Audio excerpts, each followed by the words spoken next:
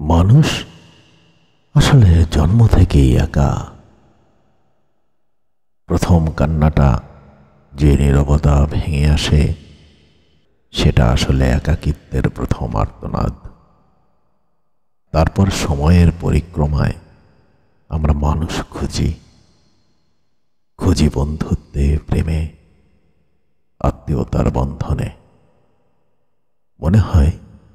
মনে হয় এদের মাঝেই হয়তো কোনো একজন এমন থাকবে যার হাতে নিজের ভেতরের ভাঙাচোরা টুকরোগুলো তুলে দেয়া যাবে, যে বলবে, তোমার পাশে আছি আমি, সবকিছু ঠিক হয়ে যাবে।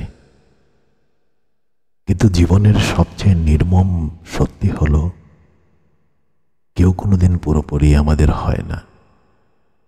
মানুষ আসলে নিজের প্রয়োজনেই সম্পর্ক গড়ে তোলে, আর প্রয়োজন ফুরালেই দূরে সরে যায়।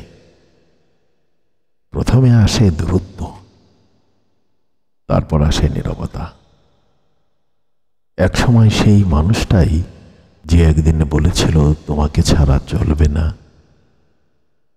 তোমায় ছাড়া বাঁচব না, সেই মুখ ফিরিয়ে বলে তুমি আর আগের মতো নেই। কেউ বুঝতে চায় না এই আগের মতো না হওয়ার পেছনে আছে অজস্র রাতের কান্না, অসংখ্য চেষ্টা, নিজের ক্ষয় করে সম্পর্ক বাঁচিয়ে রাখার আপ্রাণ সংগ্রাম। কেউ ভাবে না একপাশে দাঁড়িয়ে থাকা মানুষটার বুকের ভেতরে প্রতিদিন একটা পৃথিবী ভেঙে পড়ে। তার মুখে হয়তো হাসি থাকে, কিন্তু হৃদয়ের গভীরে গুমড়ে মরে এক নিঃসঙ্গ চিৎকার। তবুও সে ভাঙে না, কারণ তাকে ছোটবেলা থেকেই শেখানো হয় যে কোনো পরিস্থিতিতে নিজেকে শক্ত রাখতে হবে। শক্তিশালী মানুষ কাঁদে না, ভালোবাসা মানেই নিঃস্বার্থ ত্যাগ। এইসব বলি মনে রেখে মানুষটা নিজের অনুভবগুলো পাথরের নিচে চাপা দেয়, অভিমানের বদলে দেয় নীরবতা।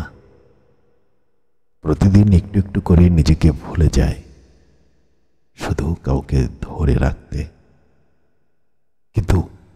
কিন্তু এক সময় সবকিছু সরে যায়, সম্পর্ক, মানুষ, প্রতিশ্রুতি সব মিলিয়ে যায় হাওয়ার মতো।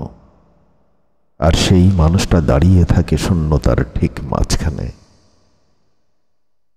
রাত গভীর হলে, যখন চারিপাশ নীরব হয়ে যায়, সে নিজের বুকের ভেতরে হাত রেখে টের পায় সে কতটা ফাঁকা, কতটা ভাঙা, কতটা অজস্র কথা আজও বলা হয়নি, আর হয়তো হবেও না কোনোদিন।